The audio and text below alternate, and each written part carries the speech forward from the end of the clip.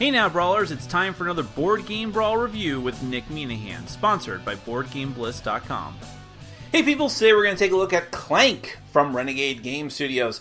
This is a competitive deck building game, but with a twist. In this game, you are a group of typical fantasy adventurers or treasure hunters who are trying to go down through a dungeon. Well, first there's like a castle that you go down through, and then to the underground tunnels, which of course are ruled by a dragon. But what you're trying to do is go down there, get as much loot as possible, including a really valuable artifact, and then get the hell out of there before the dragon notices you. But that is easier said than done. The name of the game is Clank, and that refers to the noise that you make as you clank on down through the dungeon. The more noise you make, the more likely it is that the dragon is going to find you and incinerate you, although in this game they say just knocking you out. Sure, whatever. But if you can manage to get out of the dungeon, then you kind of will screw over the other players, which of course is always a beneficial situation. And again, this is a deck building game, so how you do all of these different things is by playing cards. Let me go ahead and give you a brief look at how the game is played, then we're going to come back. I'll let you know what I think.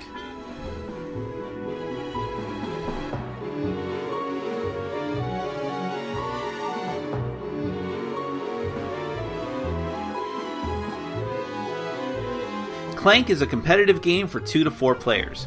Players are adventurers traipsing into a dungeon, trying to steal treasures and artifacts without waking up the resident dragon and incurring its wrath. The game ends when one player escapes the dungeon, at which point you have 4 more rounds to go. Whoever ends up with the most points, who is still alive, is the winner. To start, I'll mention that the game board is double-sided. The other side has routes into the dungeon that are a bit more difficult and unforgiving, but otherwise it plays the same as the standard side. Every player gets a meeple in their color, which sits near the entrance of the dungeon, and a set of colored Clank cubes. Depending on your place in the turn order, you'll place a few of these in the Clank area. This area is bad. It represents you making noise that will potentially draw the dragon towards you. You never want to put cubes here if you can avoid it. Eventually, these will migrate into the dragon bag, which for now just has a bunch of black dragon cubes in it. There is a dragon track that keeps tabs on how angry the dragon currently is. The marker starts on a space determined by the number of players at the beginning of the game. Throughout the dungeon, you'll place several types of tokens. The most important are artifacts. These are valued from 5 to 30 and are placed in specific areas of the dungeon. You may typically only carry one artifact, and you must grab one before you can leave the dungeon. The better artifacts are placed deeper in the dungeon and harder to get to. There are also major secret tokens and minor secret tokens, which are randomly placed around the board and which give you special bonuses or extra points either when you claim them or at the end of the game. 3 special monkey idol treasures, all the same value, are placed in their spots. Lastly, for tokens, there are 3 different items that you can buy from the underground market for 7 coins, and you'll just stack those near it. We'll get back to those in a minute. This is a deck building game, where every player starts with an inferior deck of cards, but will use those cards to purchase better cards and put them into their discard pile, eventually reshuffling and having access to those cards. Every player starts with 6 burgles, which provide the blue skill resource, which is used to buy more cards, 1 sidestep, which gives you another resource, the yellow boots, which is how you'll navigate the dungeon, 1 scramble, which has both of those resources, and 2 stumbles, which is a negative card that does not help you in any way, but which does force you to put one of your Clank cubes into the Clank area. Shuffle these 10 to form your deck, and then draw 5. From now on, you'll always play every card in your hand on your turn, and then discard them at the end, and then draw 5 more. There are several face-up stacks that are always available to purchase cards from. Explorers are like better scrambles. Mercenaries give you yet another resource, the red swords, which you'll use to fight monsters. Speaking of that, there are always goblins to kill for 2 swords, represented by a card that is never discarded. Doing so gives you 1 coin from the supply. Finally, you can buy secret tomes. These cards are dead weight in your deck, but they are worth 7 points at the end. The core dungeon deck is shuffled, and 6 cards are flipped face up as the buy row. Most cards in the decks are either companions, items, or general use cards which you'll purchase and use later. Some cards are monsters, which you'll defeat and remove from the lineup but not take into your deck. Others are devices, which are purchased with skill points, enact their effect immediately, and then are discarded right away. Some cards have special effects that occur when they arrive in the row or when they are acquired, and some cards trigger dragon attacks, which we'll get back to in a moment. On your turn, you play your cards and use them to carry out actions. You can acquire new cards, fight monsters, or use devices, as I just described. All the while, in addition to the 3 temporary resources that I mentioned earlier, your cards might provide you with gold, and they might force you to either add or remove Clank cubes from the Clank area. You may move through the tunnels of the dungeon. Rooms of the dungeon are connected by lines. Some of these are featureless, and you must only spend 1 boot to traverse it, while others have boot symbols on the line that signify that you need to spend an extra boot to get across. Some are guarded by monsters, which means you must spend 1 sword per monster icon or take a damage for each one. Damage in this game means putting one of your cubes on your health track at the bottom of the board. If that fills up, you're out of the game. For damage that you take from monster tunnels, you simply take one of your cubes from your own personal stock. Some tunnels have locks that can't be bypassed unless you have the key, and some tunnels are in the shape of an arrow, signifying a one-way street. If you want to come back to this room, you're going to have to go all the way back around. If you move into a room with tokens, you may take only one of them. Secrets and major secrets are simply revealed, and then you get their bonus. You may or may not take an artifact when you go into a room. If you do, you're stuck with it, and normally you are only allowed to have 1. You might choose not to take it in favor of grabbing a better one further down. Grabbing an artifact also moves the dragon marker up 1 space because the dragon senses you and hates you. You can also grab monkey idols for points, but these don't count as artifacts. If you're in one of the market spaces, you can spend 7 coins to buy one of the 3 items, and again, none of these count as artifacts, and you have to hope that there are some left. Crowns simply give you points, and you'll take whatever the best one is that's still available. The key allows you to bypass the tunnels that I mentioned earlier, and the bag allows you to carry 1 additional artifact out of the dungeon. There are 2 special types of rooms of note. Heart rooms will remove one of your damage cubes from the track. Crystal caves slow you down. If you enter one of them on your turn, you may not spend any more boots to move until your next turn, even if you had boots left over from your previous room. At the end of your turn, discard and redraw. Then refill any empty spaces in the card row. If any cards that come out now have the dragon attack symbol, guess what? The dragon attacks. Doesn't matter how many symbols come out, it only attacks once. Take all the Clank that has accumulated and place it in the bag. Shake it up and draw a number of cubes as indicated by the current space of the marker on the dragon track. Black cubes are ignored and set aside, but cubes in the player's colors are placed on the appropriate damage track. The less cubes you have in the bag, the less likely you'll get knocked out.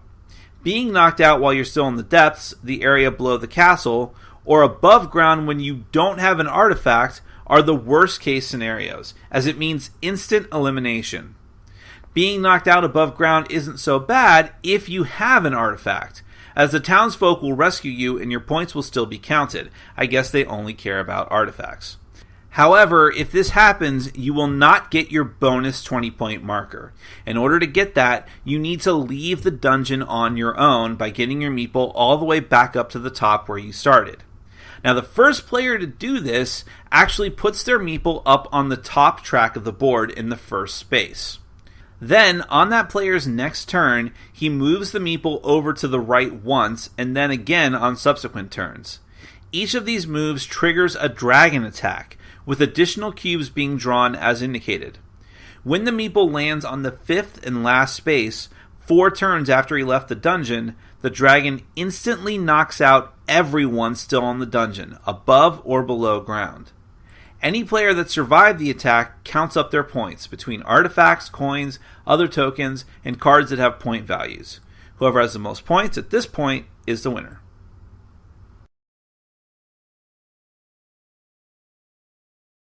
Peeps, I will not beat around the bush on this one. I really enjoyed this game. I feel like, even though I like this game better than Mystic Vale, which is another game I reviewed very recently, I'm going to hit a lot of the same points here because what I love most about Clank is also what I love most about Mystic Vale, and that's that it's taking the deck building concept, but totally just flipping it around and using it in an incredibly creative way. And I just love that. And Clank has the added benefit of that I think Mystic Vale did not, of being very thematic at the same time. So we'll start from the beginning. Let's talk about the components. The components of the game are solid. I like the artwork in the game is really great. Really fits the theme where it's like not too serious, but serious enough. The board looks good. It looks really cluttered at first, but everything makes sense where the placement is.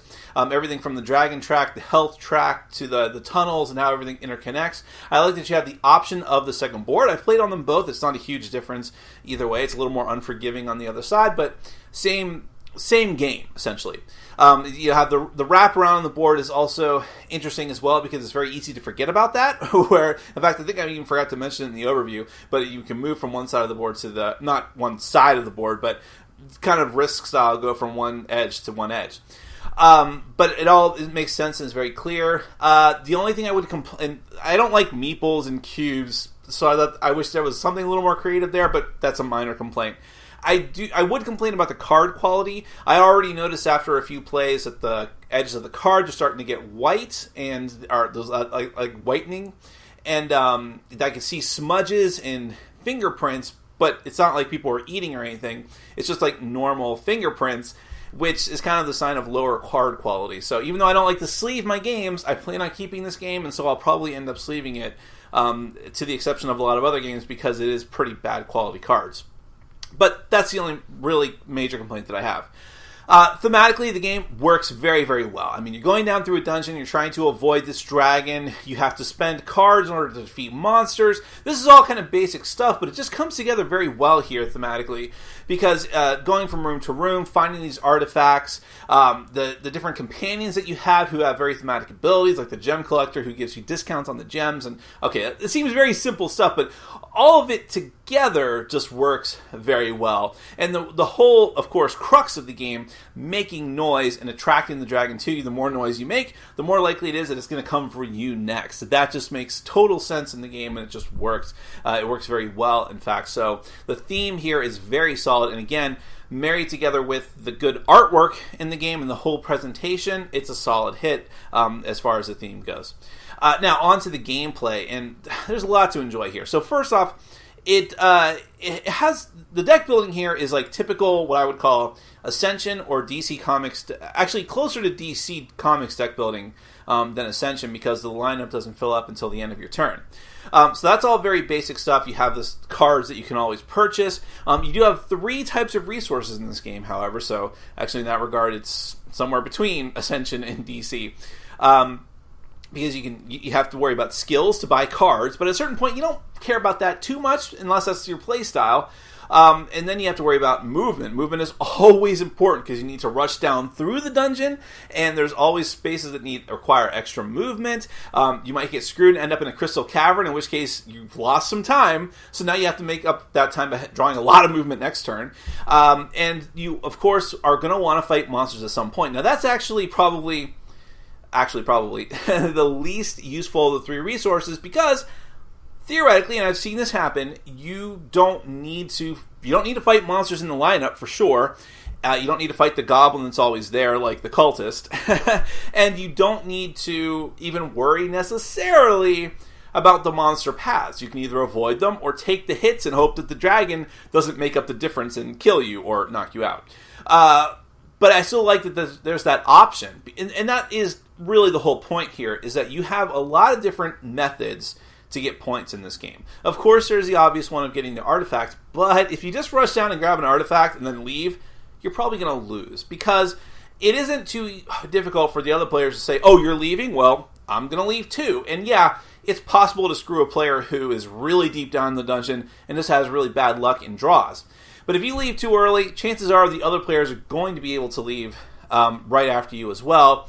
And if they took the time to get a few extra items and tokens on their way out, they're probably going to beat you, especially if they're able to get their 20-point master chip as well.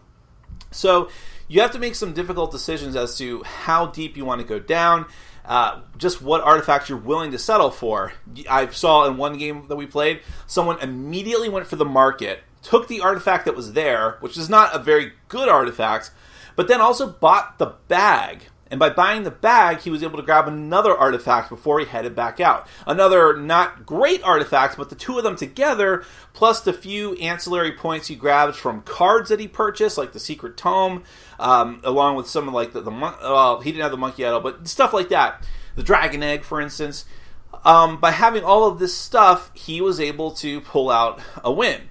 And what's most interesting here is that I believed in my very first game that the major complaint I would have about the game would be that it was too easy for one player to just blow away the other players. And in fact, that's what we thought was happening. We thought that there was one player in the game who was so far ahead of us that that didn't really matter. I mean, I rushed out and got out of the dungeon first because I'm like, well, I'm probably not going to win anyways. Let me at least show up. And I'll just take the best artifact I can get, take a Monkey Idol, take a few other scatter tokens I was able to grab, get out, get my Master Chip. Maybe I won't be in last place. Maybe a couple of other people will die down in the dungeon. It'll just be me and this other guy. He'll kill me, but I mean, he'll just destroy me in points. But at least I'll be on the board in second place. I ended up winning that game. And in fact, the other people who died, they did die, counted up their points. And we're like, whoa, we actually were really close too. We wouldn't have won, but it was way closer than we thought. And the reason for that is because of the different things you can focus on. You can focus on things other than artifacts out on the board. You can focus on buying cards that are worth a lot of points, the gem cards, the Secret Tomes. And the thing about it is Secret Tomes aren't that great on their own, but they interact, and the gems interact with other cards in interesting ways. That's another interesting thing too. The dungeon deck is not just there to give you cards, to give you resources. They do interesting things. They interact with the other cards. So this game was very well thought out from beginning to end. From the theme, to the way the cards interact with each other, to the tokens, to the routes in the dungeon. Everything is very interesting. Do you worry about getting the key to go through the different locked gates? Do you worry about the monsters at all? And the whole way that the dragon attacks and the tenseness of it, and just like, there's too much Clank, I put way too much there. Especially when there are items that are great, but create a lot of Clank. And then what do? That's a tough decision. So lots of decision making in the game, great theme, great deck building potential, and it's all very fast and very easy to learn. The only complaints I would have are that the card quality is pretty poor. It can feel like you're losing a lot of the time, even if that's not necessarily really the case. And sometimes the game can be so quick that you don't feel like you're really building an engine in traditional deck building fashion before everything is like sped up and like, I gotta get out of here. So that can be a little bit like coitus interruptus. But nevertheless, quibbles aside, this is a great game. This is what I want to see from deck building moving on in the future, just like I said with Mystic Vale. And this is definitely one of the best games I have played this year. That is Clank from Renegade Game Studios. When it comes out to retail, get it. Thanks for watching. Follow us on Facebook, Twitter, and Patreon. And make sure to check out our sponsor, Board Game Bliss, where you can find an amazing selection of games from around the world. BoardGameBliss.com. Thanks for your support.